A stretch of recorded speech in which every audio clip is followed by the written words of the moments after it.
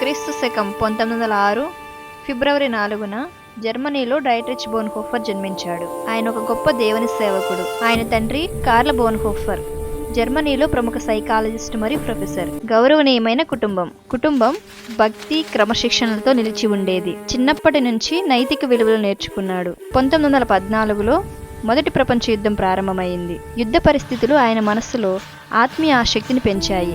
ఈ చిన్న వయసులో దైవిక పిలుపు తన జీవితానికి ఉన్నట్టు ఆయనకు అర్థమైంది.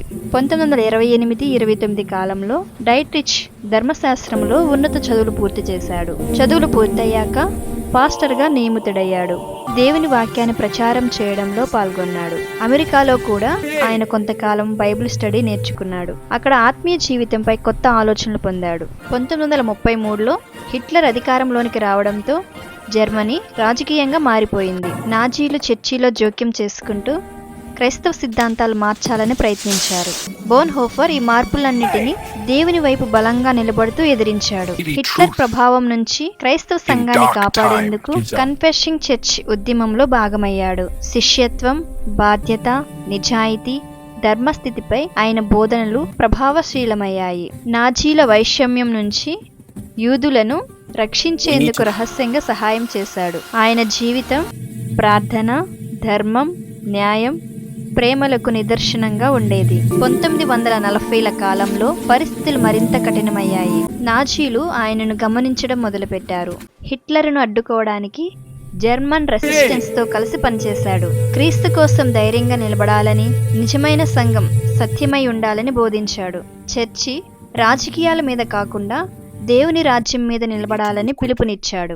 నాజీల రహస్య పోలీసులు ఆయన్ను అరెస్టు చేశారు. దీనితో బాధలు ప్రారంభమయ్యాయి. జైలులోనూ ఆయన బైబుల్ చదువుతూ ఖైదీలకు ధైర్యం చెప్తూ ఉండేవాడు.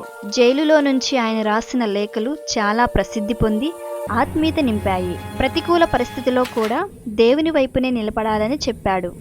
హిట్లర్పై కుట్రలో పాల్గొన్నాడని నాజీలు ఆయనపై తీవ్ర ఆరోపణలు చేశారు. 1944లో చివరికి ఆయన మరణదండనకు గురి అయ్యాడు. ఆయన ధైర్యం, విశ్వాసం సహఖైదీలను ఎంతో ప్రభావితం చేసింది. జైలర్తో ఆయన చెప్పిన చివరి మాటలు, ఇది అంతం కాదు, నూతన జీవిత ఆరంభం. జర్మనీ శిబిరంలో 12 మందితో కలిసి ఆయనను ఉరితీశారు. తర్వాత క్రైస్తవ ప్రపంచం ఆయనను షహీదుడుగా, విశ్వాస వీరుడిగా గౌరవించింది. ఆయన బోధనలు, శిష్యత్వం, ధైర్యం, సత్యం కోసం నిలబడడం, ఇవి నేటికి ప్రపంచమంతా ప్రేరణ ఇస్తున్నాయి.